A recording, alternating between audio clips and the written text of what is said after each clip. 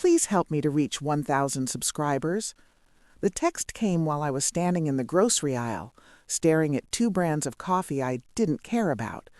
"He reached out," she wrote. "My ex, he says he wants me back." I read it twice, then a third time like the words might rearrange themselves into something harmless. My chest tightened around me.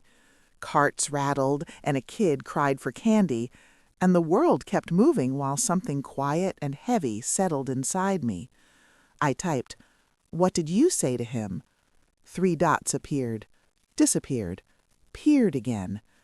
"I told him I'm married," she finally wrote, "but it stirred things up." Stirred things up.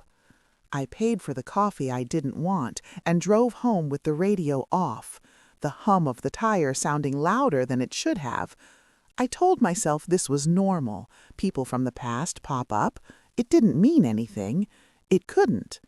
At home, she hugged me like she always did, but it felt slightly delayed, like she had to remember the steps. Her phone buzzed in her back pocket and she flinched. I noticed that. I started noticing everything.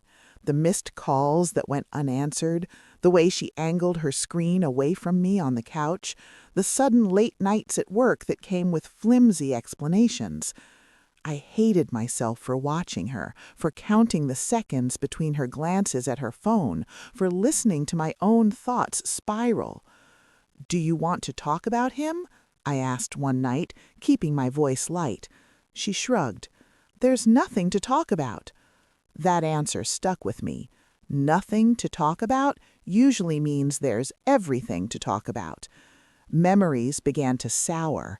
The way she smiled at a message and said it was just a meme, the perfume she wore only when she wanted to feel noticed, the way she'd been distant in bed, present but somewhere else, like she was borrowing her body for a while and planned to return it later. I questioned myself first. I told myself I was insecure. I told myself love means trust.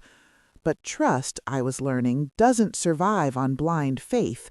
It needs air. The discovery wasn't dramatic. No locked phone cracked open in a moment of rage. Just a laptop left open on the kitchen table while she showered. A message preview popped up, a name I recognized. "I miss how it felt with you. I shouldn't be saying this, but I do." My hands went cold. I didn't read more than that. I didn't need to. The room smelled like soap and steam. The house we built felt suddenly rented, temporary. When she came out, towel around her hair, she saw my face and knew. There's a moment when someone realizes the story they've been telling themselves has ended. Her shoulders dropped. "It didn't mean anything," she said too quickly. I was confused enough to hide it. My voice sounded far away, like it belonged to someone older. She cried then, real tears. She told me she hadn't met him, that it was just messages, that hearing he still wanted her made her feel seen again. She said she loved me and didn't want to lose us.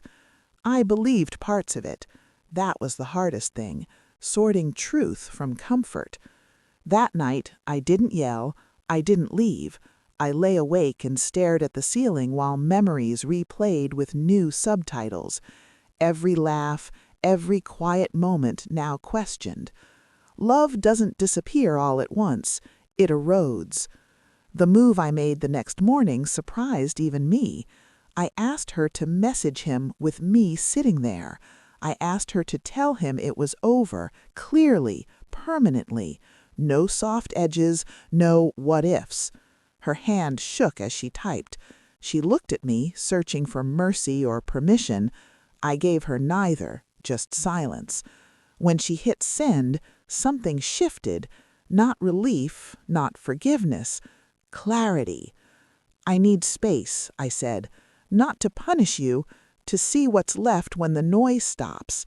She nodded, wiping her face. Guilt looks a lot like fear when it finally has a mirror. I moved into the spare room for a while.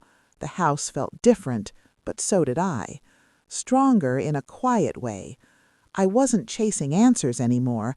I was choosing myself.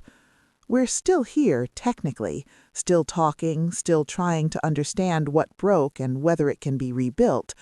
I don't know how this ends. Some days I see a future where trust grows back slowly, scarred but real. Other days I imagine a clean goodbye and a life where I don't flinch at buzzing phones. What I do know is this. When she told me her ex wanted her back, I thought the danger was him. I was wrong. The real threat was how close I came to losing myself. And the moment I finally decided I wouldn't.